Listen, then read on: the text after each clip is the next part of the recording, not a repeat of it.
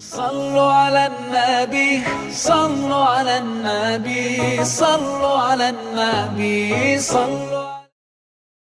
Today, inshallah, we're talking about Omar and the Quran. And if we and you thought that Omar have a very high status because of how many ahadith of the Prophet are in him, wait until you hear the agreements of the Quran, the book of Allah subhanahu wa ta'ala with Omar. And talking about Omar and the Quran, we come across a very dangerous territory. We're talking here about the words of Allah subhanahu wa ta'ala. This is the words of Allah in the Quran, divine from Allah subhanahu wa ta'ala. Then you have Omar, a man, he's not a prophet, he's not a messenger, saying things that the Quran come down agreeing with him. Of course, the reason for these verses are not what Omar have asked for. This was decreed by Allah subhanahu wa ta'ala. But the fact that Omar said or asked these things before the Quran went sent down to Prophet Muhammad sallallahu alaihi wasallam with it, gives you a really good reflection of Omar and what kind of man he is. This man is saying things, the Quran is coming down with it. And this door, muwafaqat al-Quran in Umar, how the Quran came down with things agreeing with Umar, you don't find that with any other companion, even Abu Bakr. So you don't find Abu Bakr saying things, the Quran coming down with it. Even though Abu Bakr is high in status, and we said he's even higher than Umar. You don't find it for Uthman or Ali or Abu Ubaidah. So this is a very unique door to Umar ibn Khattab. And this is a page that we've covered before, but I want to bring it now. Hadith of the Prophet, peace be upon him, about Umar. لَقَدْ كَانَ فِي مَنْ قَبْلَكُمْ مِنْ بَنِي إِسْرَائِيلَ رِجَالٌ يُكَلِّمُونَ اللَّهَ مِنْ غَيْرِ أَنْ يَكُونُوا أَنْبِيَاءَ. So the Prophet is saying that there were people before, especially in Bani Israel, inspired by Allah but were not prophets. So the prophets were known. Now there are people inspired by Allah but they're not prophets. And I gave an example before, the mother of Musa alayhi salam. وَأَوْحَيْنَا إِلَى أُمِّ مُوسَى. And Allah subhanahu wa ta'ala in the Quran said that He inspired the mother of Musa to throw him into the Nile River. So there are people, she's not the only one. There are people whom Allah subhanahu wa ta'ala inspired, but they're not prophets. So the Prophet saying, if it was to be one of them in my ummah, then it would be Umar. So this is an indication from the Prophet about that sense that Umar has. He says things inspired by the Almighty Allah subhanahu wa ta'ala. And we're going to start with the agreements of Umar al-Khattab with the Quran. Umar himself, in a hadith mentioned in the Bukhari, says, وَافَقْتُ رَبِّي فِي ثَلَاثٍ. I said the same thing as the Quran, the words of Allah subhanahu wa ta'ala, in 3 occasions. What are the 3 occasions? The first one, maqam Ibrahim, the station of Ibrahim, which is the, you know what, near the Kaaba. I'm going to show you another photo quickly. So this is the station of Ibrahim, and this is the Kaaba, and this is the Tawaf. I'll talk about this later. So maqam Ibrahim is there.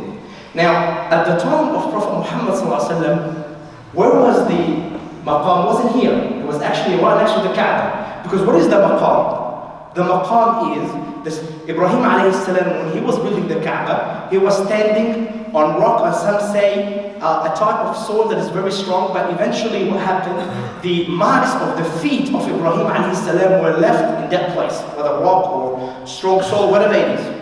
Whether it's a miracle, whether it's a natural thing, the feet of Ibrahim alayhi salam left a mark in that. So the Muslims afterwards kept that place and they left it next to the Kaaba. Eventually, that place became a nice place. This place is when Ibrahim stood up to build the Kaaba. So you tell me that, why is it far from the Kaaba? Because at the time of Umar ibn Khattab, when he became a Khalifa, when you do the Umrah or the Hajj, what should you do after you finish the 7th Tawaf? You should go and pray 2 rak'at behind maqam Ibrahim. Inshallah, we all get to do it.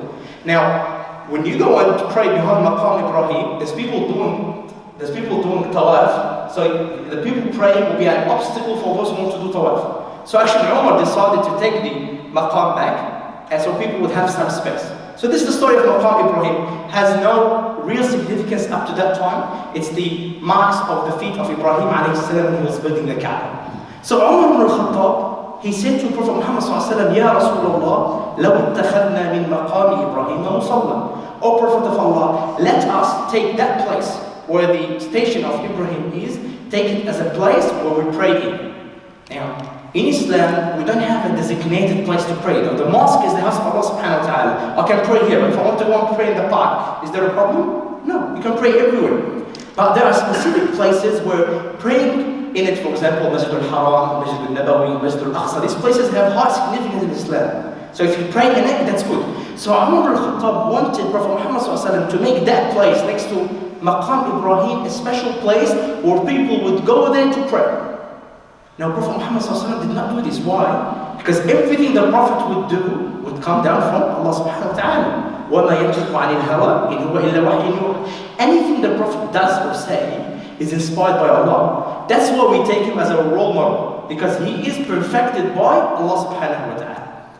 The Prophet ﷺ did not, we don't have record of what he brought to Umar. But you know what we have record of? What Allah subhanahu wa ta'ala sent down from the seventh heaven with the Quran, agreeing with what Umar has asked for.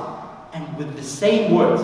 So Umar is saying, Ya Rasulullah, وَاتَّخَذَ مِن مَقَامِ إِبْرَاهِيمَ مُصَلَّى. Allah sent down Quran saying, وَاتَّخِذُ مِن مَقَامِ إِبْرَاهِيمَ مُصَلَّى. Take the place of Ibrahim alayhi salam. That area, take it as a place of prayer. And that is why I just said, if you go to do Umrah or Hajj or even Tawaf, when you finish the seven time circulation around the Kaaba, what do? You go behind Maqam Ibrahim and you pray. So the da'wah of Umar is accepted. To what level? I want to link this here, subhanAllah, even that have nothing to do with the actual hadith, but I found it to be fascinating. It's actually some work that this golden color, by the way, was added later on to protect that place from people stepping on it. And this is what actually is inside. That wasn't how it was, so the edges were added later on, but this were the marks of the feet of Ibrahim alayhi salam. That doesn't have much significance for us, by the way. We shouldn't go there or kiss it or look at it or anything. We would just, it's a sunnah, we're ordered to pray behind it in that area. Now, part of my PhD was actually about studying craft. And one of the things I looked at for a good period of time was the Kaaba, the Tawaf, and especially Maqam Ibrahim alayhi salam. Responding to the dua of Umar al-Khattab and praying there, this place is one of the most congested areas in the courtyard, the area next to the Haram. So, if you know, Maqam Ibrahim is not far from the black stone, Hajar al-Aswad. This area between the two is the most crowded and congested area in the whole courtyard. And for those of you who've done Umrah or Hajj, you'll find you'll struggle there. In the other areas, you usually go a bit faster. So, what I found that fascinating, I wanted to share with you, actually, part of the research, we looked into the areas of the courtyard. So this is roughly Maqam Ibrahim, and this is here, Hajar al-Aswad.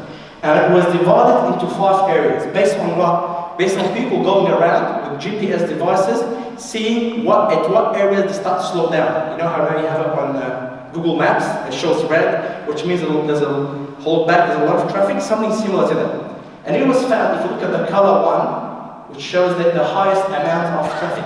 So a lot of congestion, people are slowing down. What's happening there? You have the black stone here and Maqam Ibrahim alayhi salam. So first we take that the dua of Umar and the ayah done by Allah did an amazing job. How? Everyone wants to pray there. This is the most congested area in an already congested area, which is Al-Masjid al-Haram. So this is the actual station of Ibrahim. The curves here, the lines that you can see are the GPS follow-up of people who went around the Kaaba, and I was one of them.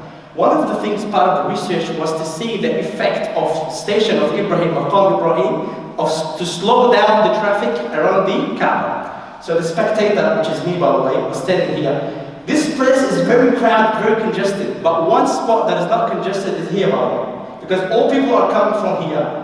No one is coming in the opposite direction. So that's a tip if you want to go there, you want to see what's happening. Don't try to go from here. People push you. Go from there and then stand on the other side. They will be protected by the actual maqam. And then what we did, we wanted to see the person who was there, which was me, was actually timing. We had timers to see when someone comes, how long they stay there. We found that a lot of people not only praying there, they're also stopping to look. And when you stop to look, what happens to the traffic behind you? Slows down, and this is what makes the whole area congested. So people looking, people praying, they're making the area very congested. And part of the work as well, by the way, involved doing experiments on slates and putting columns, but this is not our topic. Eventually, the recommendation of the research was to actually move the station of Ibrahim and take it a bit back so that there's better flow around the Kaaba. This is just some idea.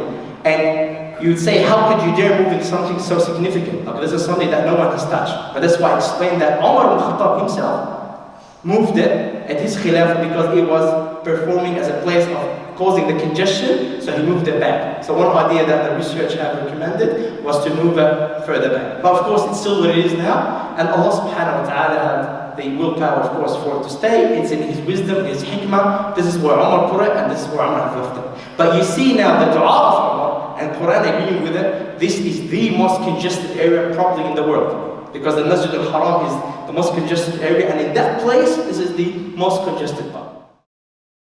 صلوا على النبي صلوا على النبي صلوا على النبي صلوا